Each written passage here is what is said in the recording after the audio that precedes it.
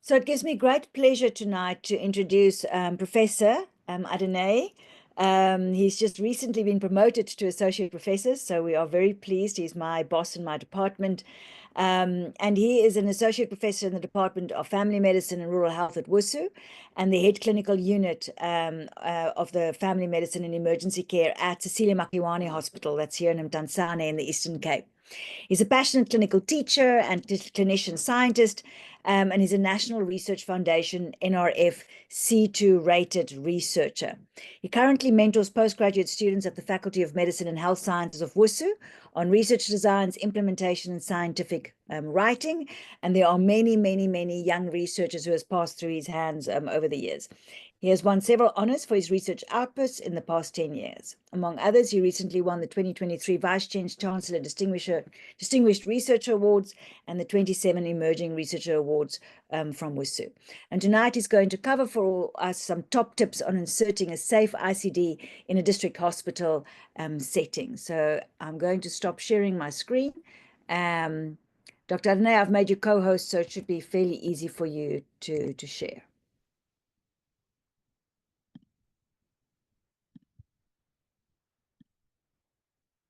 Yep, that looks great.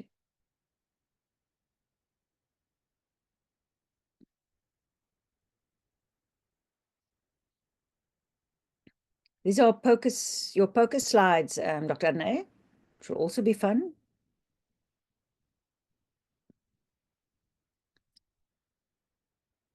But I don't know if these are the slides you wanted to bring up.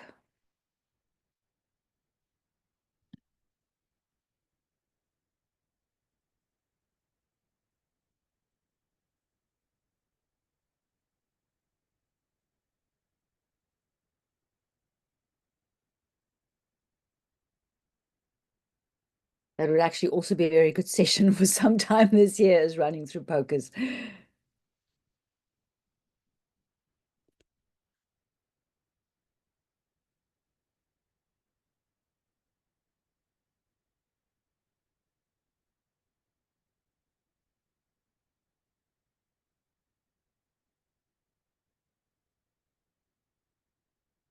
Dr. Adeniyi, are you trying to change the slides?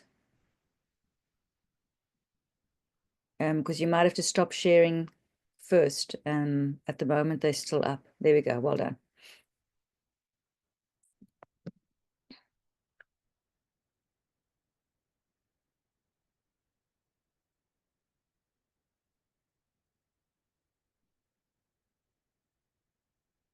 Great. Dr. Adeniyi, I'm going to ask that you put him on slide view. If you go to the top there where it says use slideshow, because unfortunately we see presenter view on Zoom as well here. So if you go to the top there where it says use slideshow on the right, the third little button on the left-hand corner. So if you left-hand corner, but there's a third button that says use slideshow. Perfect. Oh, where's it gone? Okay, we've lost your slides for a moment.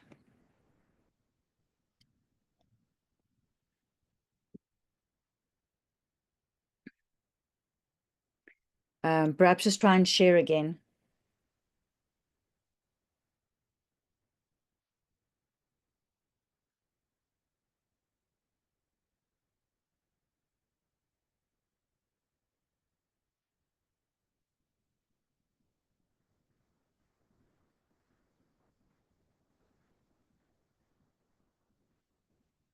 Oh, that's perfect. And they're perfect now on slideshow. Thank you. You can go ahead. You will just need to unmute.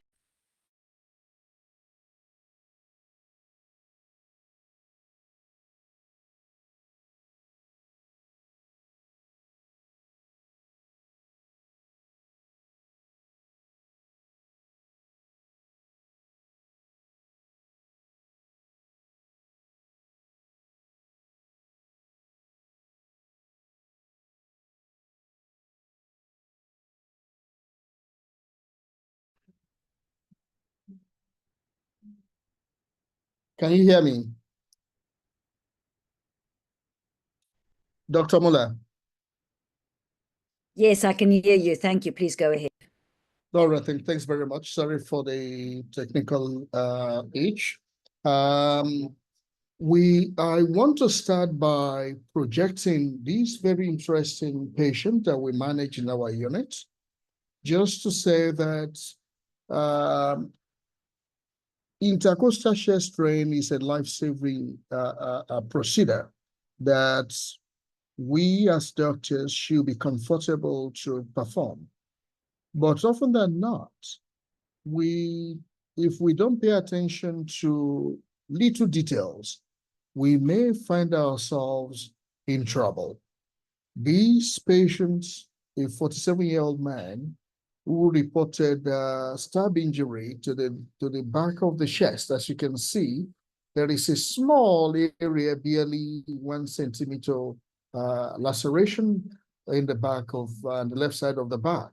Was the presentation or actively been bleeding at the time of arrival in the emergency unit. As you can see, the patient came at 11, the patient was seen at 11:40 in the morning, okay?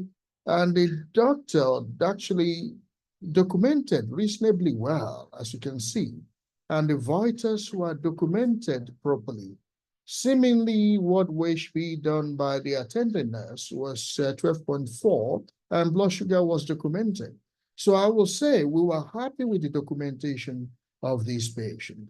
And the description of the injury, as you can see, was quite reasonably done, okay? And the patient was assessed to have stabbed chest or penetrative chest injury to the back of the chest, assessed to be clinically stable. Decision was made to provide antitetanus toxoid. Suturing was done, and the patient was sent for chest X-ray. Okay. Now, looking at the chest X-ray, after this definitely was on a weekend, and there are no radiology supports over the weekend, except on rare occasions when if CT angio needs to be done. Okay, the radiologist will come out and see and perform that. But outside of that, our ED doctors are expected to review the image of the patient and make a decision on emergency care for the patient. And this, for some reason, this X-ray was adjudged to have pneumothorax. And the doctor then proceeded to insert intercostal chest strain. As you can see, this intercostal chest strain is placed on the right side of the patient, on the right side of the chest of the patient. Let's go back to the presentation of the patient. This is the position of injury in the patient, documented to be on the left.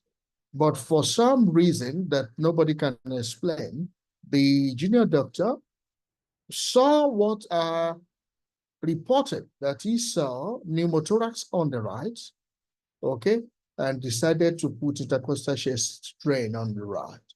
The senior doctor supervising equally, for some reason that was not clear to us, did not provide, it doesn't appear as if proper supervision was provided. And I want to encourage you to just comment on the position of this intercostal chest strain outside of the obvious mistake in which the injury was on the left side, and now the doctor proceeded to put intercostal chest strain on the right side of the patient. I want to read your comments around the positioning of this patient. But critically, when we review, we conduct mobility review, the focus for us is to identify what are the critical learning issues or what are the skill gaps that needs to be addressed. And again, I want to put these questions to you. As a senior doctor in your hospital, how do you ensure safe insertion of intercostal chest strain by junior doctors who are going to work with you in the facility? The other question is, what protocols have you implemented or are you implementing to minimize adverse outcomes following insertion of intercostal chest strain?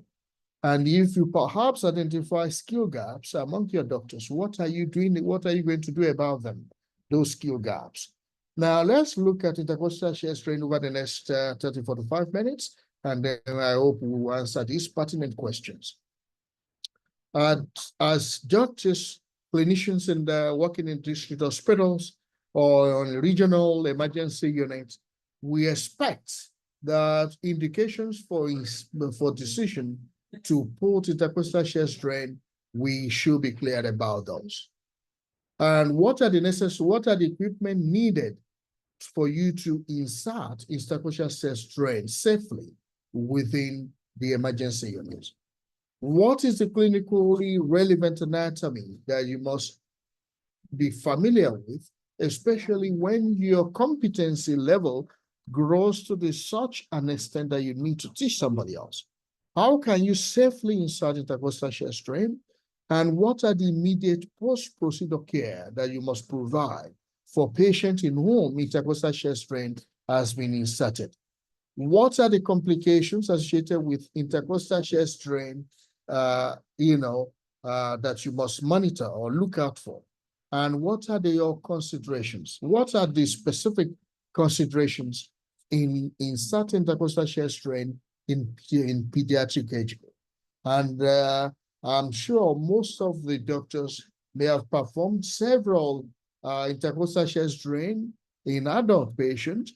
What if a 5-year-old is brought into your emergency unit, maybe following an accident or following a fall, and you've picked up a pneumothorax, in the chest of these patients? Are you comfortable to safely insert intercostal shear strain? These are the key areas of lessons I want you to take away from this talk. We are all familiar that we know thoracostomy tube or intercostal shear drainage are basically the same thing that we will do, apply. And these are silicone material that's, that come in different sizes, from as little as size 6 in little babies to as high as 40 French gauge in bigger adults. Okay, so we should be comfortable in terms of selection of sizes of selection of sizes of intercostal shear strain to be inserted in our patient. Please take note that all these, silicone material have got really opaque stripes, which allow you to be able to visualize it when X-ray post ICD X-ray is done. Okay, and also it's important that we understand the basic concepts or the principle governing the drainage to using gravity, as the mechanism for suctioning out the content within the pleural space, be it air or be it fluid or blood or chyme, as you will see in terms of chylothorax. Okay, so and there are these that comes in different. There are different products that are out there, but underwater seal chamber is very popular, and I'm sure you have this in your in all the emergency units of district hospitals. But again, the Sinapi has equally come up with another product that does not depend, that essentially uses negative pressure in terms of suctioning out the content of the pleural space without need for underwater seal. Okay, but one thing, well, it doesn't, whichever one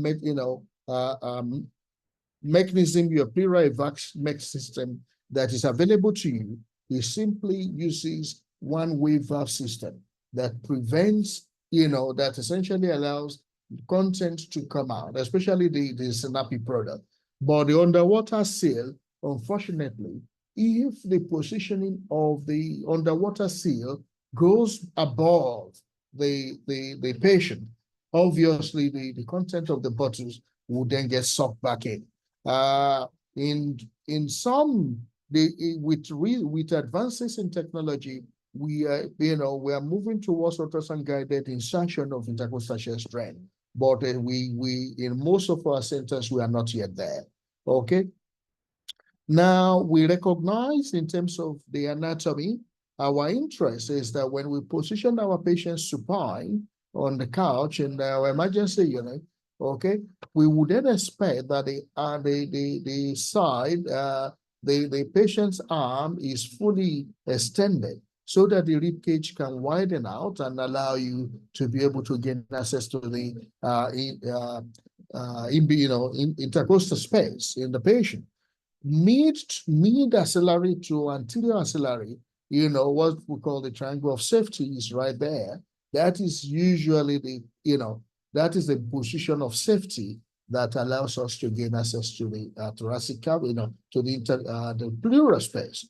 And our interest is likely in between the fourth and the fifth rib, which will be the correspond to the fourth intercostal drainage space, as well as we do not want you to go beyond the fifth intercostal space. And essentially, we are interested in you going just above the rib below. By implication, if we are going to the fourth intercostal space, you must identify the fifth rib and just make your incision and penetrate, insertion just above the fifth rib. The reason for this is likely because the neurovascular bundles, passes just underneath the upper rib, and therefore, if you do not identify the appropriate, your placement of incision on the skin, if you do not pay attention to this particular anatomy, then obviously you are setting up for a bloody procedure.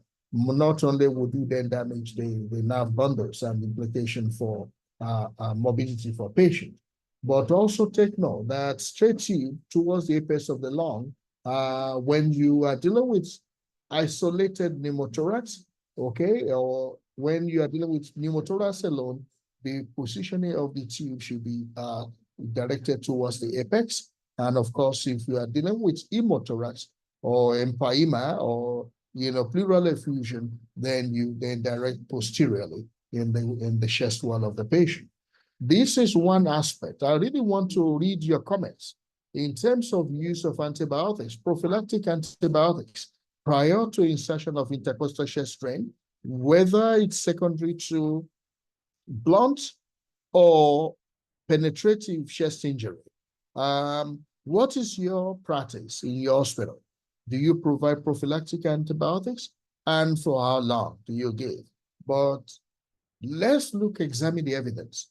This is a systematic review and meta-analysis that have shown conclusively that when you provide prophylactic antibiotics in these patients, okay, there is a significant reduction in the risk for post-traumatic empyema and pneumonia in our patients. And if you are not already, if you are not already doing this in your practice, please take this lesson away from this particular talk. Now, when you look at this paper, you will see there are variations in terms of practice across all over the world. But typically, what has given the best result is when you give the patient broad spectrum antibiotics for the entire duration of the intercostal chest drain. Okay. Now let's examine the indications for for decision making within the emergency unit. We know outrightly, following injury, any pneumothorax in the patient largely requires drainage. Okay. And of course, if patients have developed, you are able to establish either through point of care ultrasound or through X-ray that the patient has got pneumothorax, we want to make a quick decision for insertion of intercostal chest drain. Or if there is combination of pneumothorax, that becomes very, very important. Okay. Unilateral pleural effusion, especially for straightforward medical conditions leading associated with pleural effusion, our priority is to drain just enough for symptomatic relief while we manage the underlying precipitant in these patients. So please take note of that. ICD insertion is not, is generally not favored in this regard. However, in decompensated bilateral pleural effusion, especially when there is significant compromise in the hemodynamic status of the patient, you may then want to, drain enough both sides, bilaterally, so that at least you want to improve the condition of the patient. The other significant reasons why intercostal chest drain will be inserted, especially in the setting of palliative care, is when patients have malignant pleural effusion. Okay, I'm not so sure how many of the people in this call are involved in palliative care, but chylothorax definitely requires, insertion of intercostal chest drain and also empyema. Okay, so very, very important that you are familiar with that. But take note of what we considered relative contraindications, and these are the type of patients that you may want to get surgeons involved, especially when patient has got previous surgery on the same side of the chest, or if the patient has ongoing pulmonary disease, and especially when there is significant adhesions, in a patient with previously with previous lung infections, now having the collections, obviously, dealing with adhesion is what you must anticipate. Again, it is relative contraindication. It's not an absolute contraindication, because if the patient has got empyema, irrespective of whether the patient has got, adhesion, then the cardiothoracic surgeons will still have to drain this empyema or focus of infection in these patients. And of course, patient with diaphragmatic hernia, the risk of causing perforation to viscous in the thorax of these patients becomes a huge problem. And that's why you need to be very cognizant in terms of interpreting and making sure you double check the X-ray you've done in your patient. Let's just quickly examine just a few of these indications. We recognize asymptomatic, pneumothorax. These are patients that will pick up, incidentally, during the course of your practice. And the presentation of pneumothorax could be from asymptomatic to life-threatening presentation, in which patients will present with hemodynamic instability within the emergency unit, and you then simultaneously need to start resuscitation while you are making significant you make rapid decision for intercession of intercostal chest drain in this patient. In the setting of within medical conditions, certain PJP, pneumocystic jirovecii pneumonia, has got tendency to equally lead to pneumothorax. And also, do not forget bullous lung disease. Although patients with chronic lung disease, a lot of them may have bulle. And we've seen instances in which junior doctors, mistakenly or accidentally put, intercostal chest drain in a bulle, which was misdiagnosed as pneumothorax in patients. And these would then cause long-term morbidity due to bronchopleural fistula that would then develop as a major complication in this category of patient. But also take note of the classification of pneumothorax, which are likely simple, in which patients walk in stable, but require that we still need to, drain out the pneumo. But also, we may have tension in which there is hemodynamic instability in the patient. And these are usually patients that we do not want you to obtain chest X-ray prior to the insertion of intercostal chest drain. Now, I'm not exactly sure, what your practice is in your hospital. Extended focus assessment sonography for trauma is gaining momentum rapidly in the last few years. and the Emergency Medicine Academy are essentially going out doing training in terms of making sure that doctors working in emergency unit have skills in performing point of care ultrasound. I've added just a few slides just to cover the succinct issues around performing point of care ultrasound. But first, I want to know, please type in your in the chat box, do you have access to ultrasound in your emergency unit? That is my first question. Number two, on a scale of 1 to 10, how confident are you if ultrasound is available that you can actually use this machine to evaluate your patient rather than waiting for somebody to radiographer to come, especially over the weekend when radiographer will be at home and they need to be called out to come and perform X-ray in patients, leading to unnecessary delay in decision making. Now, I've shown you the different type of probes that you may come across in your practice. Number one is a curvilinear probe, which is a low frequency probe, which by implication means it's got longer wavelength and it penetrates tissues better. If there is a choice for you to choose one probe for your ultrasound, please choose this curvilinear probe, because you can do a whole lot of evaluation or assessment of patients with this particular probe as an adjunct to your patient evaluation in emergency unit.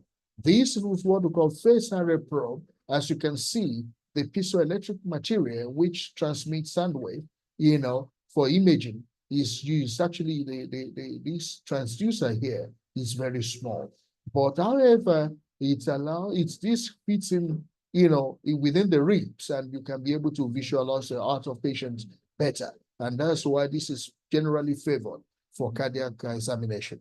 However, this is a very interesting one that you may, if available, you can utilize even, very well. This is a linear probe. It's a high frequency probe. By implication, it's got a shorter wavelength and the depth of penetration is not as great.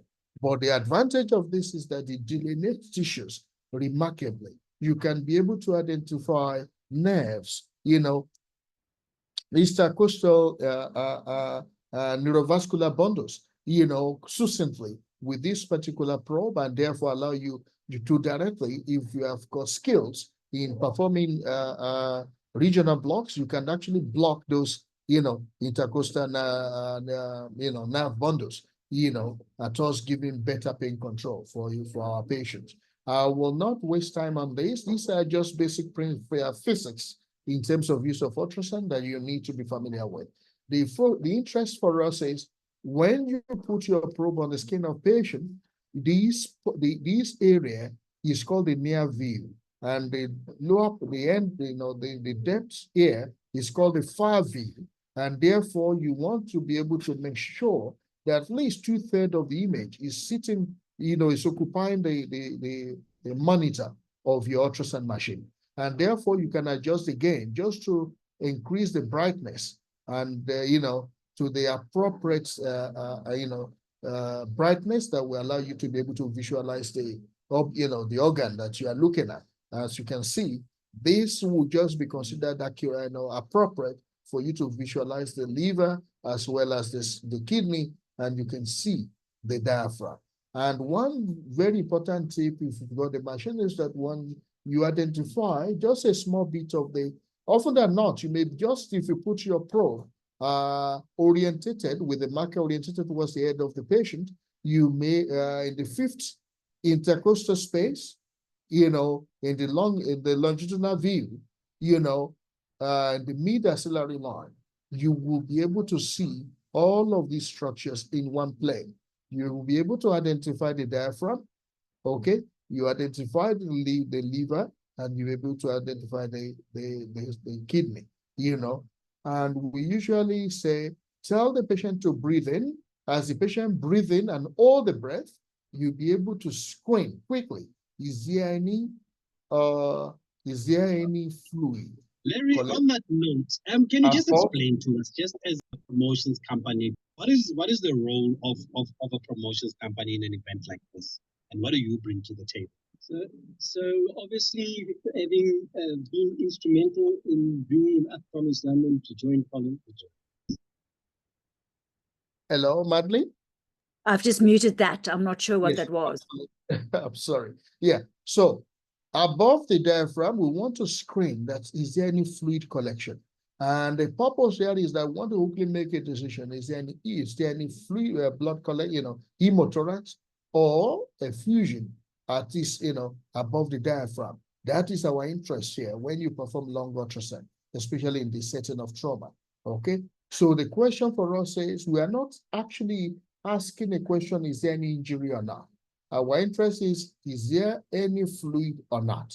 And there must be that distinction must be made, and these are the views that you quickly must go through, okay?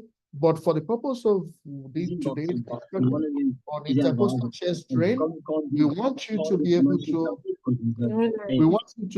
to do long ultrasound by putting your probe, you put your probe longitudinally, the marker facing towards orientated towards the head of the patient.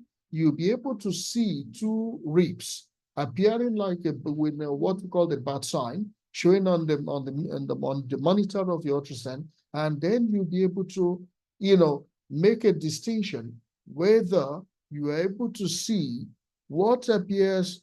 You can see those reverberations, as you can see.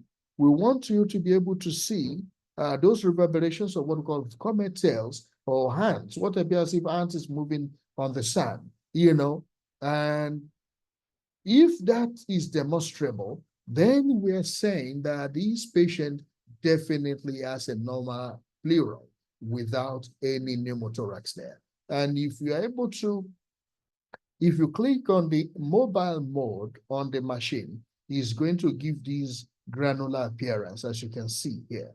Okay, so immediately you see those comet tails, you simply would just press on M mode, and that granular appearance appears. Okay, if that is there, then we say that is a normal lung, normal pleural, no pneumothorax. However, if you cannot see those comet tails moving or reverberations or sliding of the pleural, okay, definitely what you then see is what appears like a barcode. You see just straight lines, like multiple straight lines there, suggesting that there is no motion, between the pleural. And that's what we call the barcode or stratosphere sign.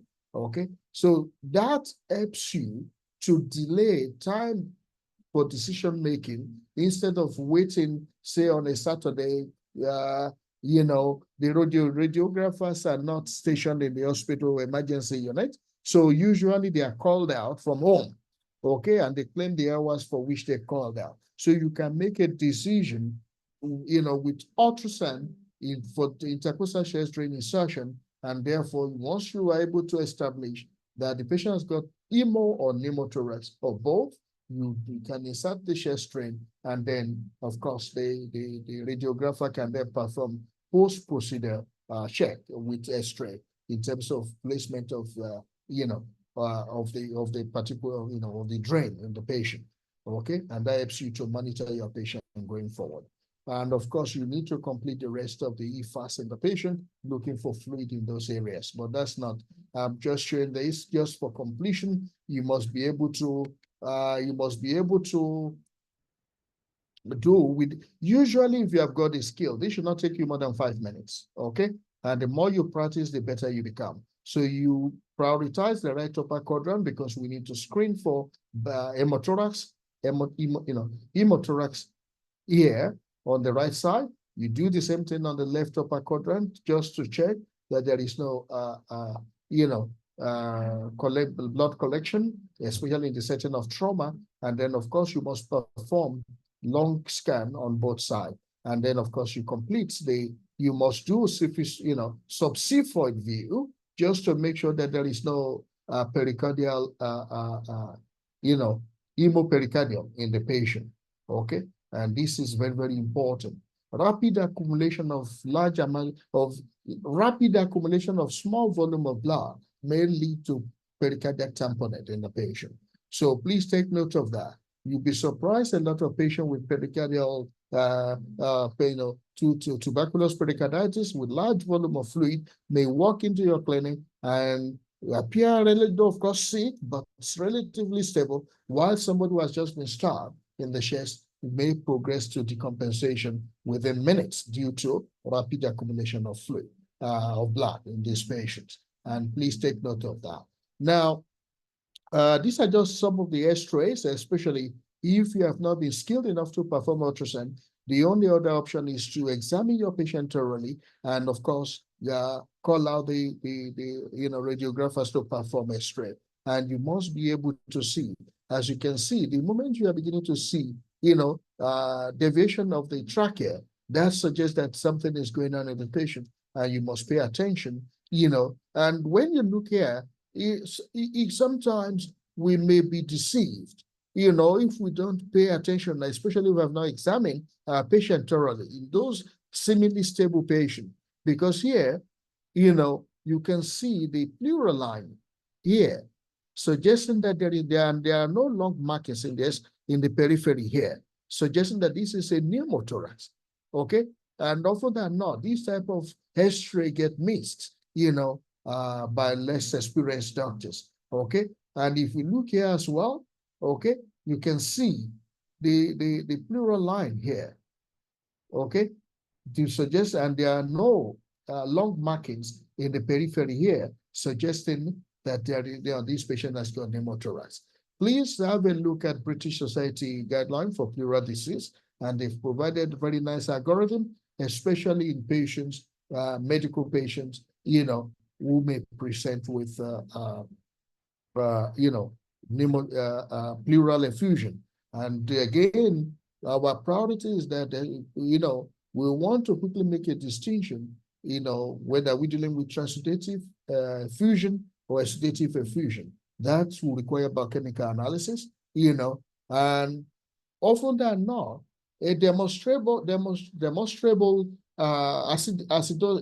acidity in the pleural fluid is a predictor of empyema conversion in some of these patients, and therefore we may not necessarily delay in putting intercostal chest drain in some of these patients who would then end up developing empyema, while in the ward. So just a few comments around decision for choosing intercostal chest drain as part of intervention within your emergency unit. But critically, my interest as a family physician is equally around safe use of intercostal chest drain. And one of the key gaps we have picked up is that as doctors, we are paternalistic in our approach to patients. And again, I want you guys to reflect. For those of you who have performed ICD in this year, did you obtain consent from your patients? Did you actually spend time to discuss the procedure, the process of intercostal chest drain, the probable complications that can develop? Did you allow your patient to make a decision for this particular procedure? Okay, and of course, what actually did you do to ensure that the procedure itself is done without pain in our patient?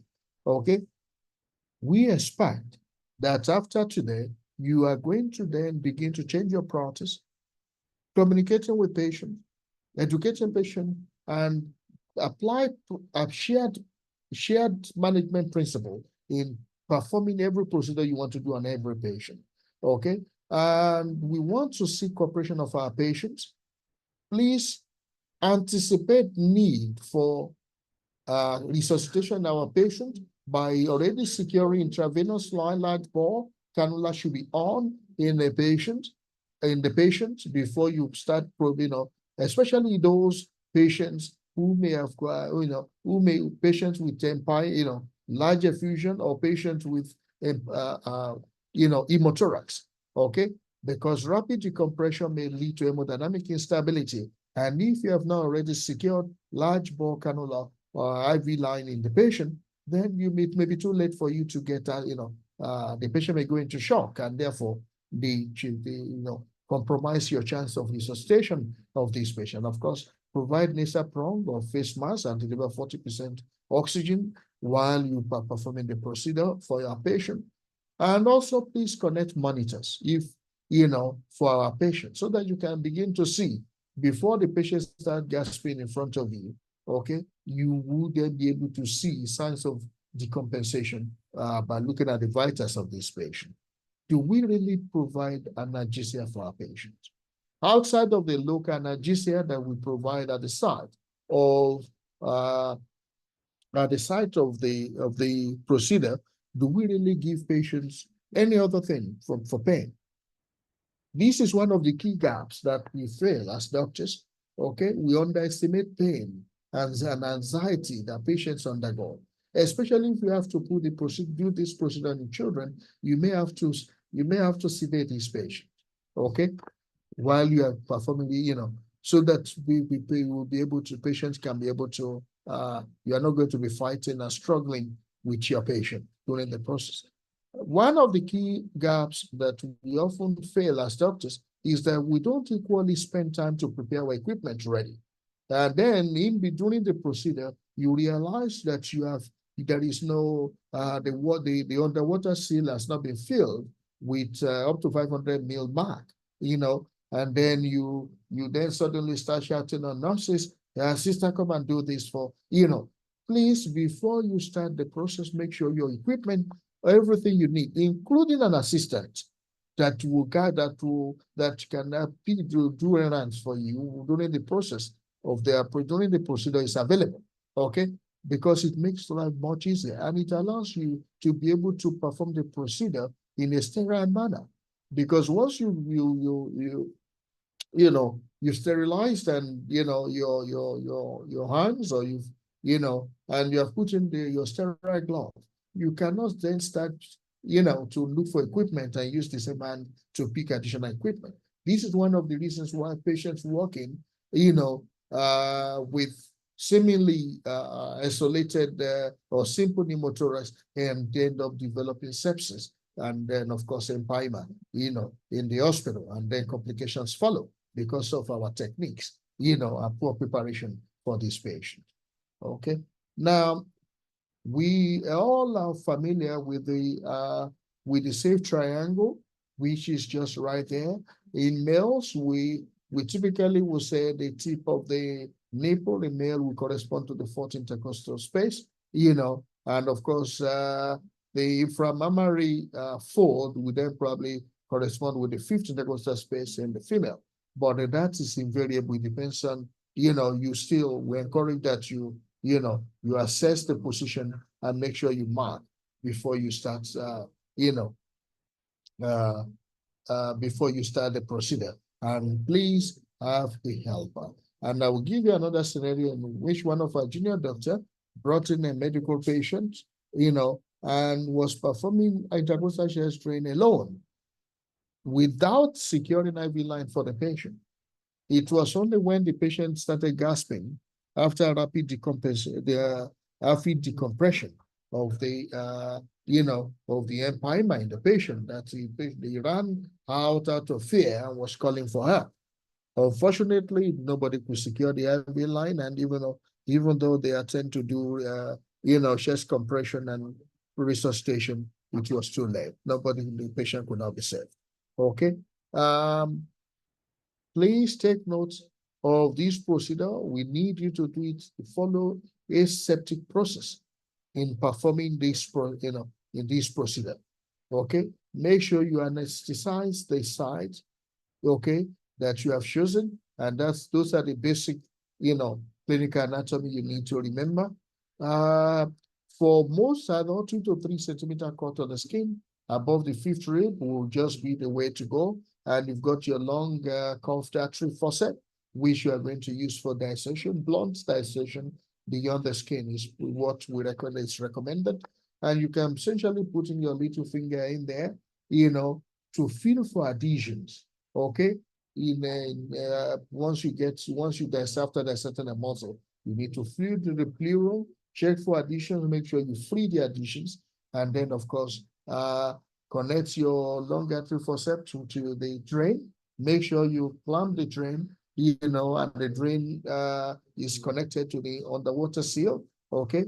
And then, of course, you can gently penetrate the parietal pleural, and then, of course, immediately you puncture the parietal pleural, you see, a gush of, fluid or blood, that's the case may be, and therefore you can then gently open the clamp and allow the content to start draining. And of course, you then need to complete by providing, you apply that, vertical mattress suture, just to secure or anchor the drain on the chest of the patient. Please take note of the way the artery forceps should be used. And I once personally saw a very experienced senior doctor who actually was using the tracker that usually comes with this drain, and was using that to gain entry into the chest of the patient. I almost collapsed that particular day. So please, these are some of the things we need, especially senior doctors in the various hospitals. These are some of the things we expect you to be able to pick up, and correct within the, without undermining your colleagues, so that at least you can be able to provide safe working environment for every doctor in your hospital. Now, we expect that you want to secure the drain tightly. As you can see, this is a very good application of vertical, vertical mattress suture, and you can see secure tightly. Otherwise, this drain is going to fall out or dislodge, and therefore becomes a problem. And of course, once you secure tightly, you can dress the wound, and then, of course, you must obtain check X-ray thereafter. Please familiarize yourself with whichever pleural evac system that is available to you. Okay, this is a very simple one, and I think it's available on tender all over the country. And you must be able to. It's very simple. It doesn't require underwater seal, but even the old underwater seal is very reliable, and we can still get the same result. Now, just some very important tips in terms of the drain. Which drain do you use? We simply say, as intercostal chest drain tube size is 4 times the ET tube size for the same patient. And if you know the age of your patient, age of the patient divided by 4 plus 4, that is the appropriate endotracheal tube size for that particular patient. If you multiply that by 4, that gives you the size of the chest drain. As you can see, just on average from this nice paper, if you pick a 5-year-old, okay, the 5-year-old will require between 5.5 to 6 size CT2, and if you multiply that by 4 times 6 will give you 24. That is the size of the chest drain you must use for these patients.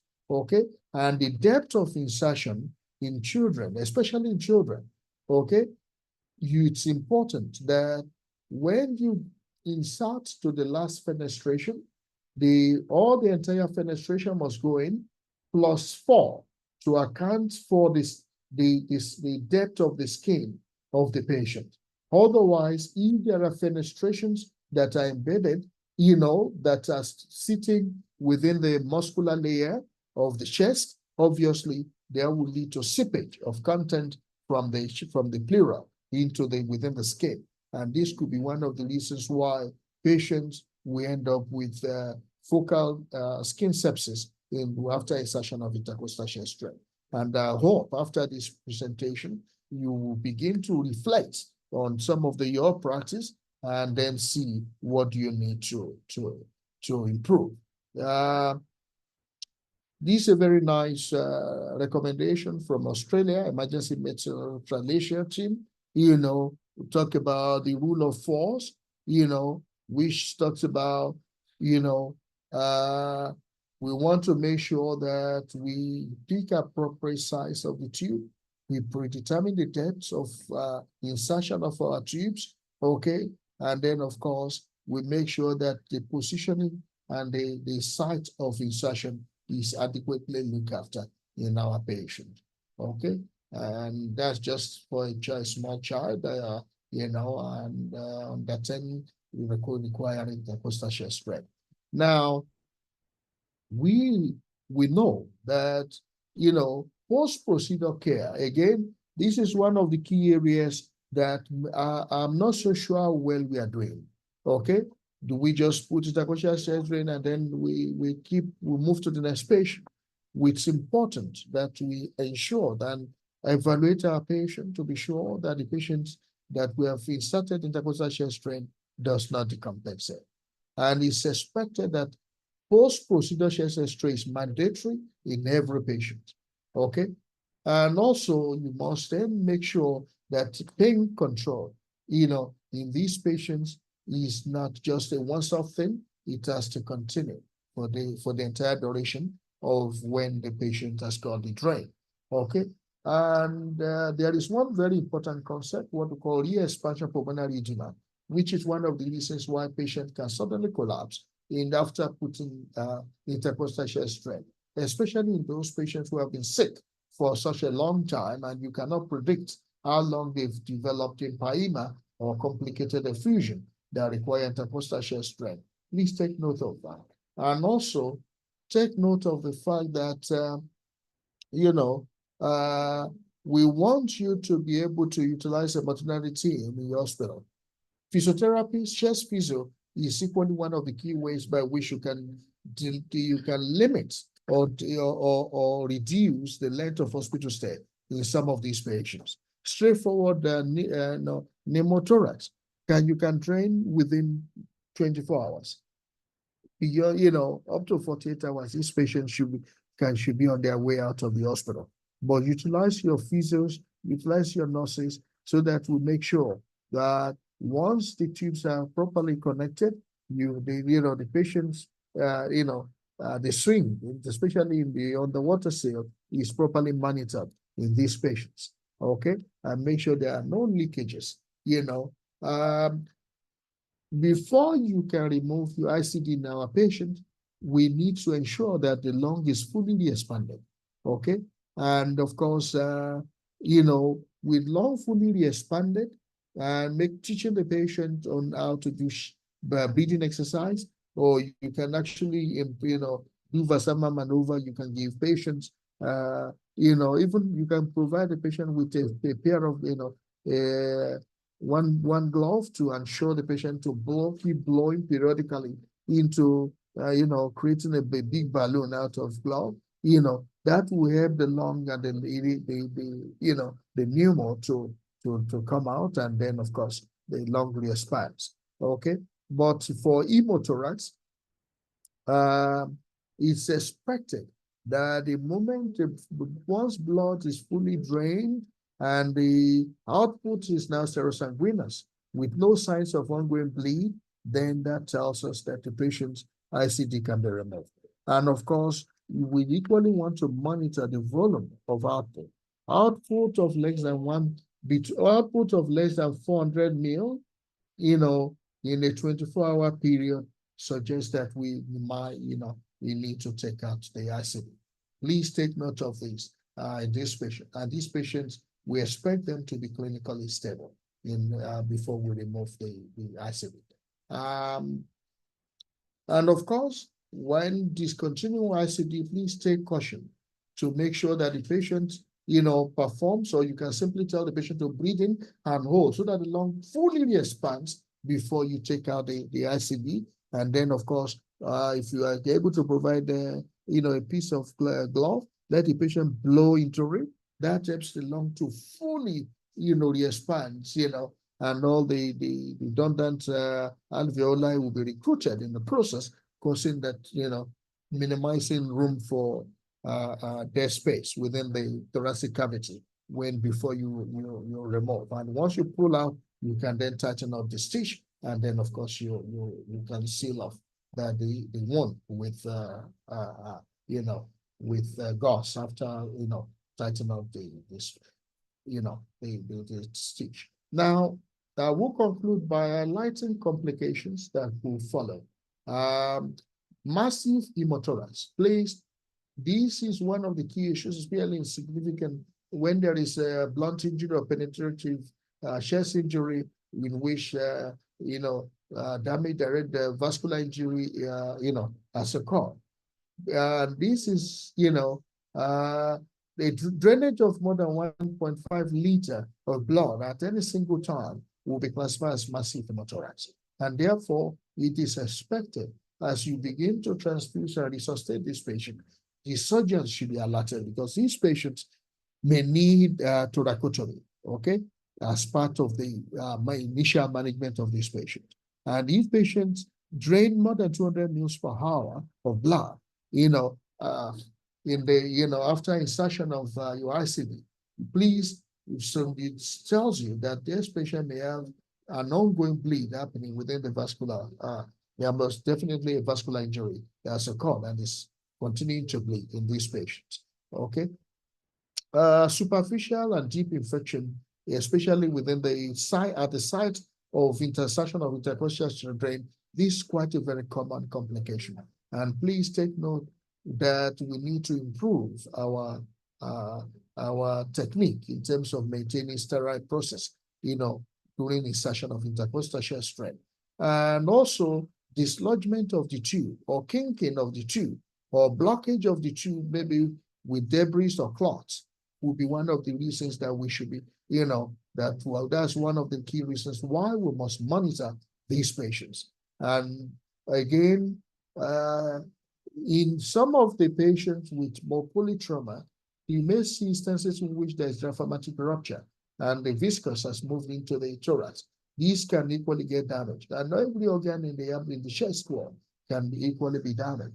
And we've seen my colleague, the head of the Department of Surgery, is actually looking at for his study, is looking at the how many complete intrathoracic organ injuries occurring from intercostal chest drain, which are likely iatrogenic injuries during the course of insertion. Please take note of the definition of massive hemothorax, and therefore the key issue is that you must start urgent blood transfusion, while at the same time alert the surgeons in your referral hospital about this patient, because there may definitely will be a need for review by surgeon. Whether they will perform thoracotomy depends on their findings in terms of vascular assessment of these patients. Okay. And also, it's important to mention, especially in the setting of massive hemothorax, beyond just transfusing the patient, it is recommended in setting of trauma, especially when there is ongoing bleed, especially within the first, if there is ongoing bleed or patient present within the first 3 hours of the injury, there is benefit in providing, tranexamic acid or cyclopentone to these patients. Okay. We'll skip this. I think and this is a very nice study that was conducted, an audit of the complications of intercostal chest drain insertion in a high volume trauma service in South Africa. This is a very nice study that actually showed that a lot of complications are occurring, largely due to the skills, but the complications are more when the procedure is performed by junior doctors. And the newspaper actually alerted that a lot of the junior doctors, are often left unsupervised. And I think this is one of the areas in which I want to challenge the senior doctors, the clinical managers who are present in this call, in this section, to take note, look at your clinical governance issues. And the process are largely not punitive in itself, but rather for us to create a safe environment for our junior doctors to thrive, to be supported and guided so that they can acquire these skills, within our workplace. Look at this intercostal chest drain. As you can see the last fenestration or the hole right outside the skin. Now, if this patient has got empyema, you can be sure this patient is going to develop, superficial sepsis due to leakage of the content, effective content, into the skin in this particular patient. Okay.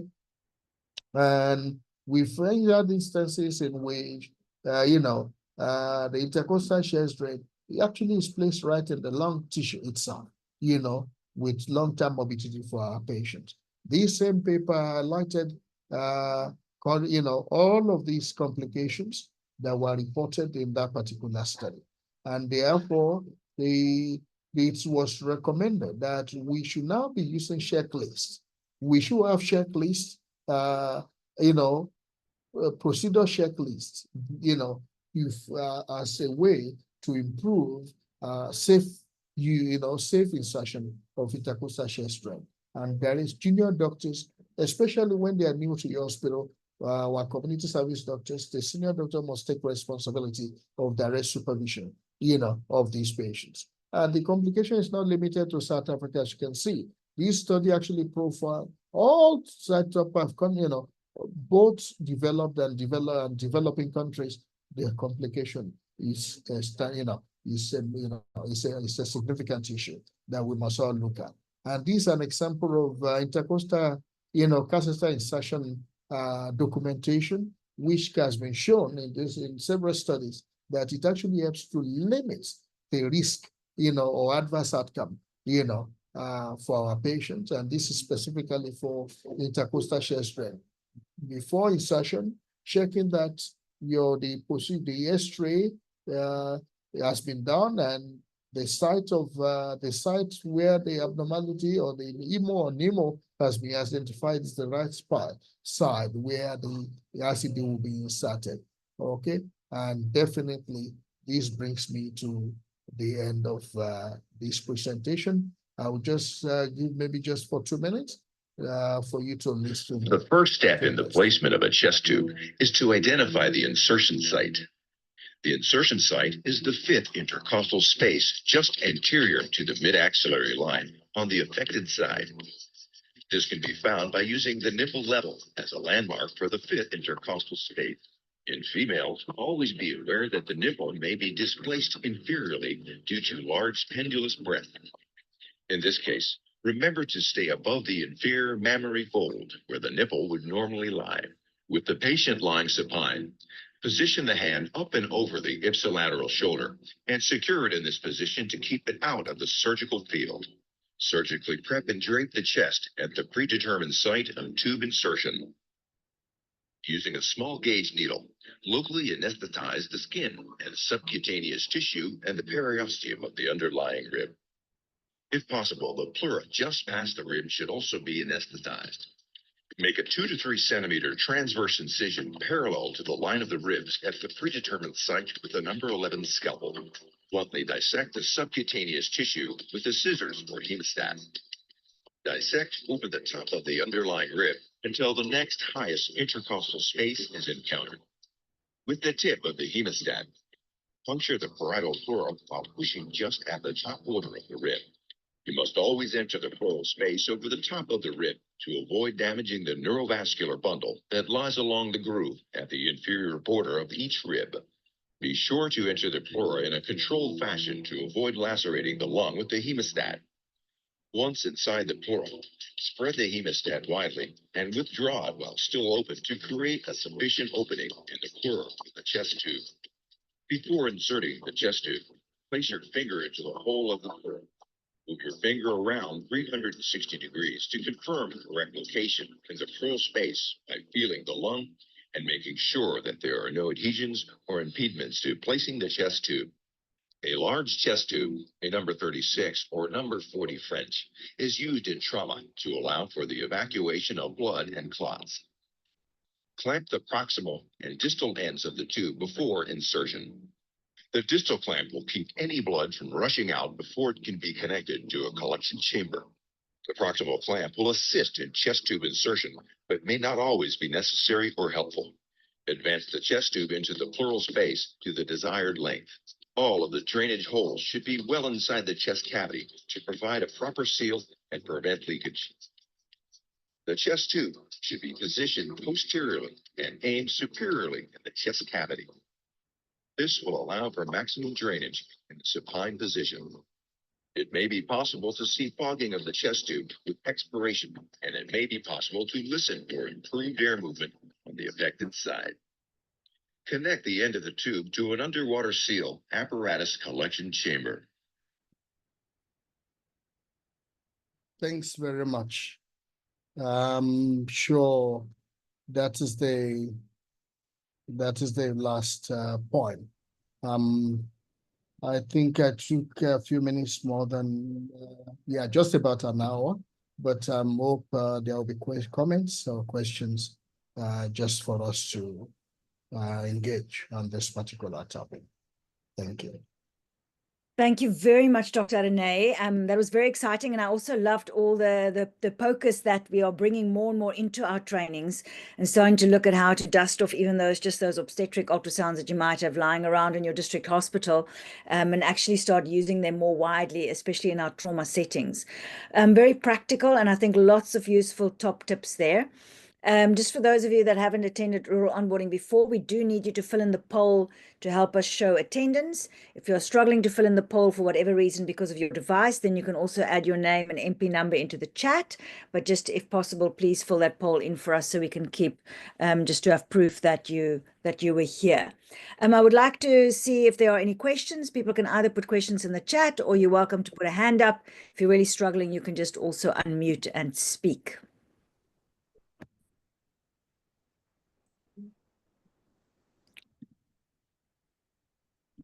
I think you've covered so many ins and outs, Dr. Adeniyi. The crowd at the moment is still quiet.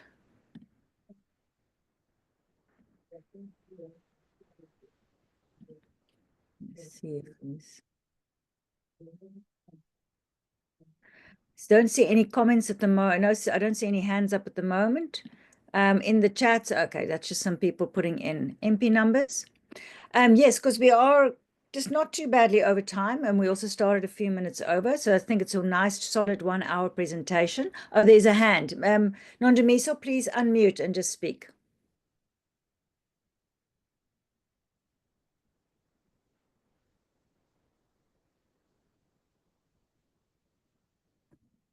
Just unmute yourself and go ahead.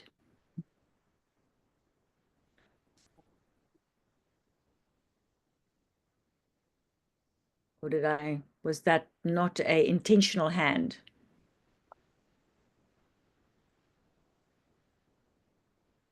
I'm not sure if she wanted to put her hand up or if that happened by pure excitement. And I see there's some lovely comments in the chat as well to say thank you for the extensive presentation. Thank you very much. I think I'm going to close us there for the evening. Thank you very much, Dr. Adeniyi. I will stay on the call for another couple of minutes for people who need to fill in the poll. Otherwise, have a lovely evening. Next week is week 7, and we're going, Prof. Andy Parrish is going to be covering some of the adult medicine and looking at some top tips from internal medicine for the district hospital. And then in the last week, we will finish off with that presentation on the new pediatric T guidelines. Thank you very much, everybody. Have a lovely evening. Thank you.